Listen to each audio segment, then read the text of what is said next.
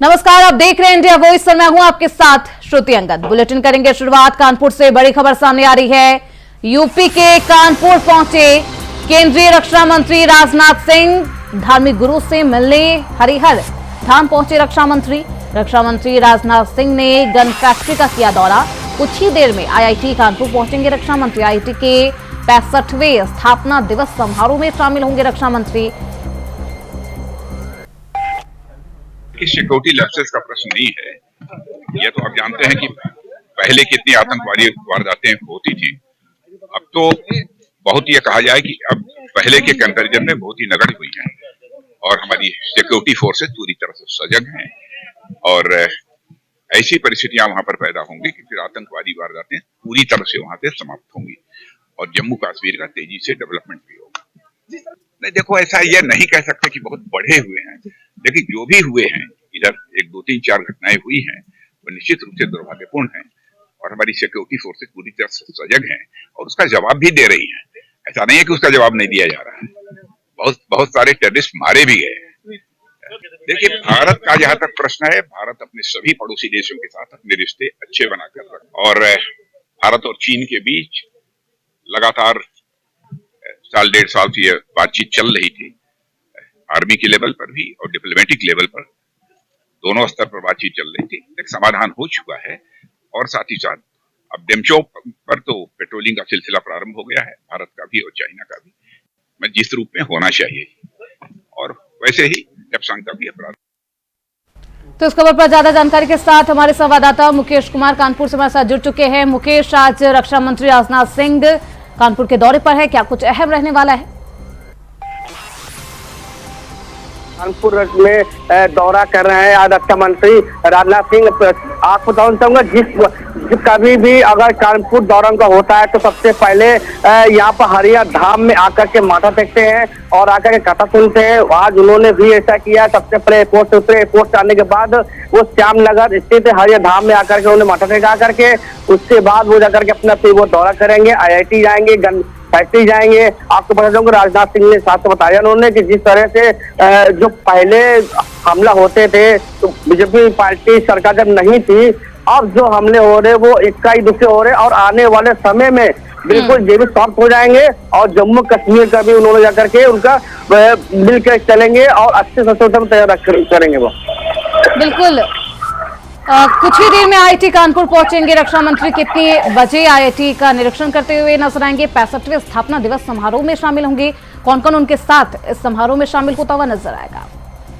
जी, आपको बता दूं जिस तरह से कानपुर में रक्षा मंत्री आए हैं, यहाँ सबसे पहले आकर के हरिहर धाम में पहुंचा करके उसके बाद 12:15 बजे गन फैक्ट्री जाएंगे। उसके बाद फिर वो आईआईटी जाएंगे। वहां पर आईआईटी में जाकर के 65वें कार्यक्रम में संबोधित करेंगे छात्र छात्राओं को जाकर के। उसके बाद फिर जाकर के दिल्ली रवाना होंगे।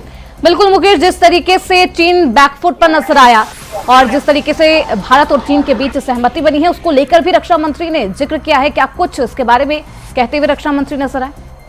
जी, रक्षा मंत्री ने साफ साफ बताया है कि पिछले जो कई सालों में जो जिस तरह से माहौल की बात चल रही थी, चीन के लेकर के थोड़ा बिगाड़ चल रहा था, लेकिन अब उसमें बात चल रही है और पूरी तरह से वो चीन और भारत एक दूसरे के साथ में मिल करके चलेगा और पूरी तरह से बात चल रही है और आने वाले समय में चीन और भारत का विकसित उसमें विकास किया जाएगी और कहीं ना कहीं संबंधों में मिठास भी आएगी। बिल्कुल मुकेश, ऐसे में चीन और भारत के संबंध सुधरते हुए जरूर नजर आ रहे हैं। आपने जैसा कहा कि हरिहर धाम, जब भी कानपुर आते हैं तो सबसे पहले हरिहर धाम पहुंचते हैं रक्षा मंत्री राजनाथ सिंह। कितना महत्वपूर्ण है राजनाथ सिंह के जीवन में हरिहर धाम? क्या कुछ खासियत इसकी?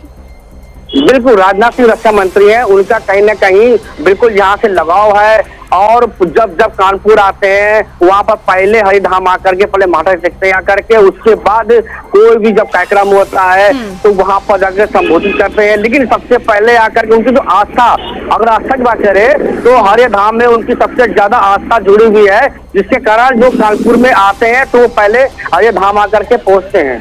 बिल्कुल, रक्षा मंत्री राजनाथ सिंह आज कानपुर के दौरे पर है और ऐसे में कई कार्यक्रम है जिनमें शामिल होते हुए वो नजर आएंगे। बहुत शुक्रिया मुकेश आपका इन तमाम जानकारी के लिए। वहीं बागपत से बड़ी खबर सामने आ रही है। बीजेपी नेता सत्यपाल उपाध्याय को पुलिस ने गिरफ्तार किया है। गिरफ्तारी के दौरान सत्यपाल को पुलिस ने वीआईपी ट्रीटमेंट दिया। एसएचओ बागपत ने खोली कार की खिड़की, निजी कार में भेजा जेल। पुलिस के स्पेशल कॉर्पोरेशन का वीडियो सोशल मीडिया पर वायरल है। धोखाधड़ी और पथराव करने के आरोप में जेल गए सत्यपाल को वीआईपी ट्रीटमेंट दिया जा रहा है। शहर कोतवाली पुलिस ने बीजेपी नेता की गिरफ्तारी की और इस तरीके से वीआईपी ट्रीटमेंट देती हुई नजर भी आ रही है। तो गिरफ्तारी के दौरान सत्यपाल को पुलिस ने वीआईपी ट्रीटमेंट दिया है, जिसको लेकर एक बार फिर से सियासत भी तेज है। एसएचओ बागपत ने कार की खिड़की खोली है और निजी गाड़ी में वो जेल जाते हुए नजर आए।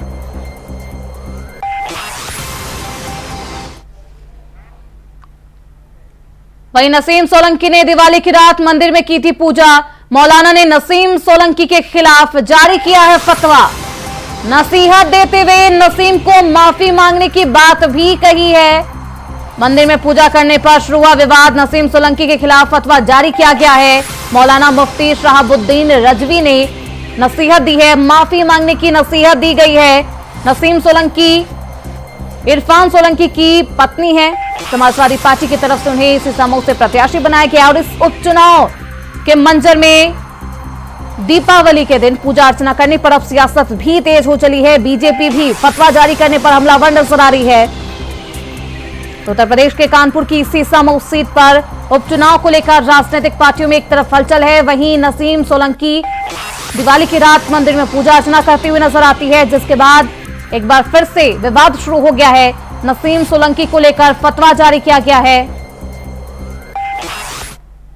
मुझसे एक साहब ने यह सवाल पूछा कि एक महिला है और उसने जाकर के एक मंदिर में पूजा पाठ की है, जल चढ़ाया है, पूजा अर्चना की है, तो इसके बारे में शरीयत क्या कहती है, क्या फतवा कहता है इस सिलसिले में। तो शरीयत इस्लामिया का नजरिया है ला इलाहा इल्लल्लाह मुहम्मदुर रसूलुल्लाह, नहीं है कोई माबूद सिवाय अल्लाह तबारक व तआला के, यानी पूजने के लायक सिर्फ खुदा है, और मोहम्मद रसूलुल्लाह सल्लल्लाहु अलैहि वसल्लम अल्लाह के आखिरी नबी और रसूल हैं। इस्लाम में मूर्ति पूजा हराम है। कोई भी शख्स, महिला हो या पुरुष, अगर वो अपनी मर्जी से, राजी खुशी से वो पूजा अर्चना करती है, जल अभिषेक करती है, जल चढ़ाती है, तो उस पर जो है वो जानबूझ के अगर करती है तो उस पर सख्त हुक्म है, और अगर वो अनजाने में करती है, उसको जानकारी नहीं है और किसी के जबर और दबाव में करती है, तो उस पर सिर्फ तौबा का हुक्म है। तो जिस महिला ने भी अगर अनजाने में किया है तो वो शरीयत की नजर में वो मुजरिम है और वो शरीयत की गिरफ्त में है। उसको तौबा करना चाहिए और अपने अमल से आइंदा भविष्य में, मुस्तकबिल में कोई भी ऐसा अमल न करे जिससे उसका ईमान, उसका इस्लाम खतरे में पहुंचे। तो हमारे साथ इस खबर पर हमारे सहयोगी मोहम्मद आसिफ ज्यादा जानकारी के साथ जुड़ चुके हैं। आसिफ, नसीम सोलंकी ने जिस तरीके से दिवाली की रात पूजा अर्चना किया वो विवादों में आ चुका है। मौलाना ने फतवा भी जारी किया है।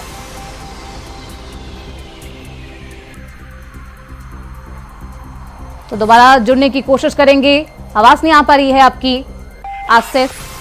तो मौलाना ने फतवा जारी किया है नसीम सोलंकी के खिलाफ, जिसको लेकर एक बार फिर से सियासत तेज है। बीजेपी की तरफ से कहा जा रहा है कि इस तरीके की बयानबाजी या फतवा जारी करना बिल्कुल भी गलत है। मंदिर में पूजा करने पर यह विवाद शुरू हुआ है।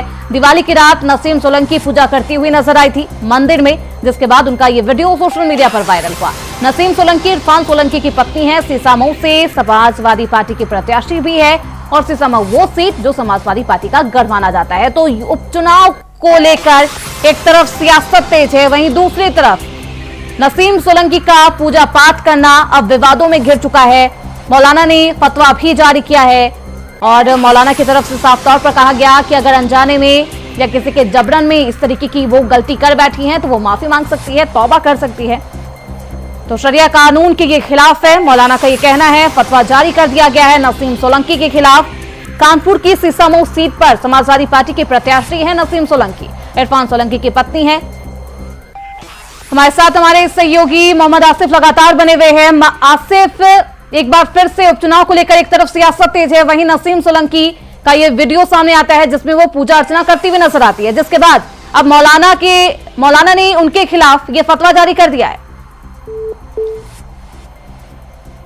दोबारा संपर्क करने की कोशिश की जाएगी आसिफ, आवाज नहीं आ पा रही है। लेकिन मंदिर में पूजा करने पर यह विवाद शुरू हुआ है। उत्तर प्रदेश के कानपुर की सीसामऊ सीट पर उपचुनाव होना है और उससे पहले सियासत तेज हो गई है। जिस तरीके से नसीम सोलंकी ने पूजा अर्चना की है।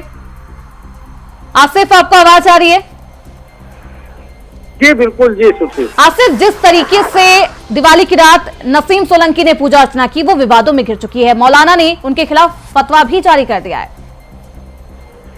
जी बिल्कुल, जिस तरह से समाजवादी पार्टी की सीसामऊ प्रत्याशी नसीम सोलंकी कानपुर के वनखंडेश्वर मंदिर पहुंची, जहां पर शिवलिंग पर जल चढ़ाया, उसके बाद पूजा अर्चना की। इसके बाद सियासी माहौल पूरी तरह से गर्म हो गया है और जिस तरह से अब मुस्लिम धर्मगुरुओं ने हमला करना शुरू कर दिया है। अगर बात करें बरेली के मौलाना शहाबुद्दीन की, तो उन्होंने कहा है कि महिला को, यानी कि बिना उनका नाम लिए कहा है कि उन्हें तौबा करना चाहिए और कलमा पढ़ना चाहिए। वहीं दूसरी तरफ अगर बीजेपी की बात करें तो बीजेपी ने इसे चुनावी चाल कहा है।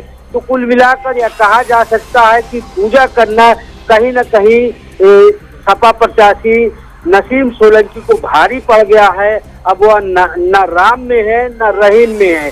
लेकिन जिस तरह से बिल्कुल आसिफ, ये भी जानना चाहेंगे क्योंकि इस पूरे वीडियो पर अब सियासत तेज है, जानना ये चाहेंगे कि अब इस जैसे वीडियो सामने आया, वोट बैंक पर इसका क्या कुछ असर होगा?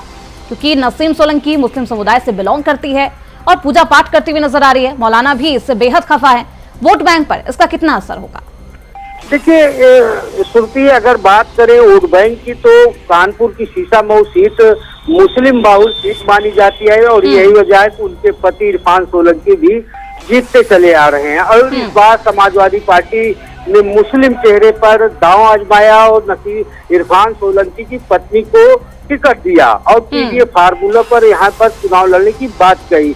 लेकिन जिस तरह से अब एक फतवा जारी हुआ है, कहीं न कहीं इसका असर चुनाव में भी देखने को मिल सकता है क्योंकि जिस तरह से पूजा अर्चना किया है नसीम सोलंकी ने, वह कहीं न कहीं भारी पड़ता दिख सकता है। और दूसरी तरफ जिस तरह से बीजेपी हमलावर है, तो कहने का मतलब यह है कि नसीम सोलंकी कहीं न कहीं पूजन अर्चन के बाद बीच मझधार में फंसी दिख रही है। हालांकि जिस तरह से उन्होंने आपसी भाईचारा का उदाहरण देते हुए मंदिर में पूजा किया, इसकी कुछ लोग सराहना भी कर रहे हैं। लेकिन भाईचारा का संदेश भी दिया गया नसीम सोलंकी के द्वारा। सिर्फ एक तरफ सीसामऊ वो सीट है जो कि मुस्लिम बहुल मानी जाती है, ऐसे में वोट बैंक पर इसका कितना असर होगा देखना बेहद दिलचस्प होगा।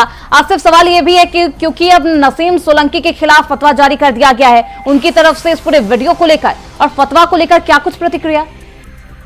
देखिए, अगर बात करें मौलाना शहाबुद्दीन के फतवा की, तो उन्होंने साफ तौर पर फतवा जारी किया है और एक नसीहत दिया है नसीम सोलंकी को उन्हें मंदिर में नहीं जाना चाहिए, उन्हें तौबा करना चाहिए और उन्हें कलमा पढ़ना चाहिए।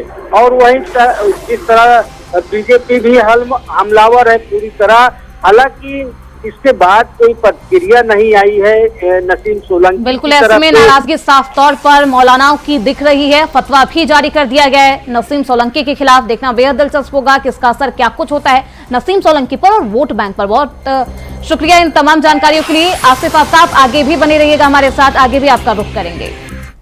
वहीं उत्तर प्रदेश के डिप्टी सीएम केशव प्रसाद मौर्य ने एक्स पर पोस्ट करके अखिलेश यादव पर निशाना साधा है। उन्होंने लिखा है, सपा प्रमुख श्री अखिलेश यादव का पीडीए असल में एक छलावा है। यह पिछड़ा दलित अल्पसंख्यक का नहीं बल्कि परिवारवाद, दंगाई, अपराधी का गठबंधन है। दूसरी ओर भाजपा का पीडीए है प्रगति, विकास और सुशासन। भाजपा ने सुशासन और भ्रष्टाचार मुक्त भारत के अपने संकल्प को दृढ़ता से निभाते हुए विकास के पथ पर देश को आगे बढ़ाया है। अब जनता जानती है कि असली पीडीए कौन लेकर आया, जो देश की तरक्की में यकीन रखता है और वो जो केवल झूठे नारों में यकीन रखता है।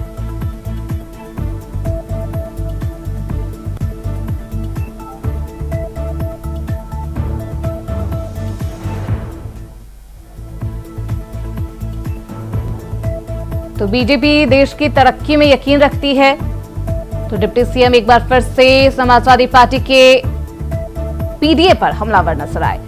हमारे साथ हमारे सहयोगी मोहम्मद आसिफ लगातार बने हुए। आसिफ, एक बार फिर से पीडीए बनाम पीडीए की जो लड़ाई है वो चुनाव में साफ तौर पर दिखने लगी है। डिप्टी सीएम केशव प्रसाद मौर्य एक बार फिर से पीडीए पर हमलावर नजर आए। उन्होंने पीडीए की फुल फॉर्म का एक बार फिर से निजात कर दिया है। जी बिल्कुल सुरती, यूपी के उपचुनाव के पहले जिस तरह से यूपी की सियासत तेज हो चली है, हमले तेज हो रहे हैं, नारों पर वार पलटवार किया जा रहा है, तो वहीं डिप्टी सीएम केशव प्रसाद मौर्य ने समाजवादी पार्टी के पीडीए फार्मूले पर ही सवाल खड़े कर दिए हैं और यह कहा है कि पिछड़ा दलित अल्पसंख्यक नहीं, पीडीए का फुल फॉर्म कहा है कि पीडीए जिस तरह से एकदम भर रहा है, एक एयर बना रहा है और वह कह रहा है कि समाजवादी पार्टी पीडीए हितैषी है, लेकिन जिस तरह से अपराधियों के गठजोड़ और परिवारवाद दंगाई कहने की कोशिश की है डिप्टी सीएम केशव प्रसाद मौर्य ने, यह बयान कहीं न कहीं सियासी हलचल मचा रहा है। हालांकि लोकसभा चुनाव के बाद खासकर समाजवादी पार्टी प्रमुख अखिलेश यादव और डिप्टी सीएम केशव प्रसाद मौर्य के बीच लगातार वार पलटवार देखने को मिल रहा है। अगर कोई भी ट्वीट एक्स पर सपा प्रमुख अखिलेश यादव करते हैं तो उसका सीधा जवाब डिप्टी सीएम केशव प्रसाद मौर्य की तरफ से आ जाता है। आज ही जिस तरह से सपा प्रमुख अखिलेश यादव ने यह कहा कि जिसकी जैसी सोच उसका वैसा नारा, मतलब सपा प्रमुख अखिलेश यादव ने यह भी कहा कि नकारात्मक सोच है बीजेपी की, तो इसका पलटवार भी बिल्कुल। आसिफ, एक तरफ उपचुनाव को लेकर जो बयानबाजी है, पोस्टरबाजी, वो देखने को मिल रही है, वहीं अब राजनीति को लेकर सोच भी सामने आने लगी है। अखिलेश यादव की बात करें तो वो कह रहे हैं कि सकारात्मक राजनीति वो करते हैं, नकारात्मक राजनीति बीजेपी के द्वारा की जा रही है। जी बिल्कुल सुरती, जिस तरह से अब केशव प्रसाद मौर्य ने सपा प्रमुख अखिलेश यादव के इस पीडीए फार्मूले का जो है जिस तरह से तंज भी कसा है और साथ ही साथ हमला बोला है, और केशव प्रसाद मौर्य ने टी का मतलब परिवारवाद, डी का मतलब दंगाई और ए का मतलब अपराधियों का गठबंधन यह कहा है। तो ऐसे में अब सियासत पूरी तरह से गर्म हो गई है। अभी तक तो जाति की लड़ाई चुनाव में देखने को मिलती थी, लेकिन अब जिस तरह से उपचुनाव में नारों पर लड़ाई चल रही है, या कहीं न कहीं जो है राजनीतिक सरगर्मी बढ़ाने वाली है। हालांकि जिस तरह से दम भरा जा रहा है समाजवादी पार्टी और बीजेपी की तरफ से वार पलटवार चल रहा है, इससे कहीं न कहीं उपचुनाव का बिल्कुल उपचुनाव में पीडीए बनाम पीडीए किसको फायदा पहुंचाता है देखना बेहद दिलचस्प होगा। मोहम्मद आसिफ, बहुत शुक्रिया इन तमाम जानकारियों के लिए। वही हाथरस में रत्न गर्भा कॉलोनी के रहने वाले कक्षा 9 के छात्र की मौत हो गई है। इस बच्चे की मौत ने परिजनों को असमंजस में डाल दिया है। इस बच्चे के पेट से ऑपरेशन के दौरान चिकित्सकों ने 56 आइटम बरामद किए। इस बच्चे के पेट से घड़ी में लगने वाले सेल, चेन के कुंडा, ब्लेड का टुकड़ा, पेच मिला है। हैरानी की बात यह है कि यह भी ऑपरेशन के बाद फिर भी पेट में दर्द उठने पर देखा गया। तो 3 सेल और बरामद हुए हैं। इधर परिजनों के अनुसार पोस्टमार्टम रिपोर्ट में बच्चे के गले में कोई भी घाव का निशान नहीं है। बच्चे की मौत परिजनों के लिए सवाल बन चुकी है कि आखिर इस बच्चे की मौत कैसे हुई और 56 चीजें जो इसके पेट से बरामद हुई है वो आखिरकार इसके पेट में आई तो आई कैसे, क्योंकि बच्चे के गले पर कोई भी निशान नहीं है। और ये मामला हाथरस में रत्न गर्भा कॉलोनी का बताया जा रहा है। कक्षा 9 में बच्चा पढ़ता था। हालांकि इस बच्चे की मौत ने परिजनों को भी परेशान कर डाला है। परिजन भी सोच में डूबे हुए हैं कि आखिर बच्चे के पेट के अंदर 56 चीजें कैसे आई। ये 56 आइटम डॉक्टरों ने बरामद किया है। इस बच्चे के पेट में से कई चीजें निकली है। घड़ी में लगने वाले सेल, चेन का कुंडा। बच्चे के गले में कोई भी घाव नहीं है। ऐसे में कई सवाल बच्चे की मौत पर उठने लगे। वहीं अली हॉस्पिटल, खेरनपुर, रुदौली, अयोध्या में आयुष्मान भारत प्रधानमंत्री जन आरोग्य योजना के तहत 5 लाख तक का मुफ्त इलाज मिलने की सुविधा लोगों को मिल रही है या नहीं, इसकी हकीकत को परखने के लिए इंडिया वॉइस की टीम ने रियलिटी चेक करते हुए सबसे पहले अली हॉस्पिटल के डॉक्टर मेराज अहमद खान ने बताया है कि मरीज को राशन कार्ड, आधार कार्ड, आयुष्मान कार्ड लाना होगा, जिसके बाद कई तरह की बीमारियों का ऑपरेशन 5 लाख तक निःशुल्क किया जाता है। अस्पताल में भर्ती मरीजों से इंडिया वॉइस टीम ने खास बातचीत की। चलिए आपको वो सुनाते हैं। मंत्री नरेंद्र मोदी द्वारा जो है आयुष्मान कार्ड की योजना चलाई जा रही है, जिसमें गरीबों को जो है 5 लाख रुपए तक की मुफ्त सुविधाएं मिलती हैं। इसी का रियलिटी जानने के लिए इंडिया वॉइस की टीम जो है इस समय अली अस्पताल में है और यहाँ देख सकते हैं कि ये आयुष्मान भारत प्रधानमंत्री जन आरोग्य योजना के अंतर्गत जो है सभी प्रकार के ऑपरेशनों का जो इलाज होता है वो 5 लाख रुपए तक की मुफ्त इलाज होता है और यहाँ अली अस्पताल में ये सुविधाएं मिलना शुरू हो गई हैं। अभी तक की ये सुविधाएं जो है फैजाबाद और लखनऊ में लोगों को मिलती थी, लेकिन अब ये सुविधा मिलना शुरू हो गई। लेकिन उसका रियलिटी भी यहाँ पे इंडिया वाइज चेक करेगी। जो यहाँ पे मरीज भर्ती है उनका इलाज आखिर मुफ्त हो रहा है या पैसे से। आयुष्मान कार्ड से मरीजों को सुविधाएं मिल रही हैं और यहाँ पे हमारे साथ डॉक्टर मेराज खान है, उनसे हम बात करते हैं। क्या कहें डॉक्टर साहब, आयुष्मान कार्ड की सुविधा अपने यहाँ रुदौली में मिल रही, तो कितनी नई चीज है अपने रुदौली के लिए? देखिए, रुदौली में पहली बार ऐसा हुआ कि रुदौली क्षेत्र में आयुष्मान माननीय प्रधानमंत्री जी की योजना आयुष्मान कार्ड के द्वारा इलाज किया जा रहा है। रुदौली का पहला अस्पताल है जहां पर आयुष्मान कार्ड की सुविधा उपलब्ध है। यहाँ पर सारे आयुष्मान कार्ड धारकों का निःशुल्क इलाज किया जा रहा है, जैसे कि पित्त की थैली में पथरी हो, गुर्दे की पथरी हो, अपेंडिक्स का हो, हर्निया का हो, सारा दूरबीन से ऑपरेशन होता है। इसके साथ साथ में फिशर, फिस्टुला, पाइल्स, इन्हें जितनी भी समस्त जनरल सर्जरी एवं यूरो सर्जरी की जो ऑपरेशन है दूरबीन विधि द्वारा यहाँ पर इसकी सुविधा उपलब्ध है। हमारा निवेदन है कि रुदौली के क्षेत्र के लोग, सभी लोग इसका जो है निःशुल्क लाभ। इसके लिए मरीजों को क्या लाना पड़ेगा कि जिससे आयुष्मान कार्ड की सुविधा मिले? आयुष्मान कार्ड के द्वारा इलाज के लिए 3 चीजें आवश्यक हैं। एक तो राशन कार्ड हो, कंप्यूटराइज्ड आधार कार्ड हो और जो है आयुष्मान कार्ड हो। ये 3 चीजें लाना जरूरी होती है। इसमें जो है इसके अलावा कोई ऐसा शुल्क चार्ज नहीं किया जाता इसके लिए। ये हमारे साथ डॉक्टर मेराज थे, उनका साफ तौर पे कहना है कि आयुष्मान कार्ड की सुविधा अपने रुदौली में मिलना शुरू हो गई है। उसके लिए मरीज को आधार कार्ड, राशन कार्ड और अपना ये आयुष्मान कार्ड लाना होगा। उसके बाद जो है उसकी इलाज जो होगा वो पूरी तरीके से निःशुल्क होगा। पर्सन से कहूंगा कि यहाँ पे देख सकते हैं कि अली अस्पताल में जो है आयुष्मान कार्ड से तमाम लोगों को ऑपरेशन की सुविधाएं, तमाम प्रकार के इलाज जो है मुफ्त हो रहे हैं। और यहाँ पे जो मरीज आए हुए हैं उनसे भी यहाँ पे हम बात करते हैं। क्या कहेंगे, आपको आयुष्मान कार्ड से सुविधाएं मिल रही है? जी हाँ, सुविधा अच्छी से अच्छी मिल रही है। क्या कराने के लिए आप यहाँ आए थे? पित्त की पथरी का ऑपरेशन कराने के लिए आए थे जी। तो आपके पास आयुष्मान कार्ड? हमारे पास आयुष्मान कार्ड था, उसी से। कहाँ से है? मोहम्मदपुर, दाऊदपुर, मवई क्षेत्र के रहने वाले जी।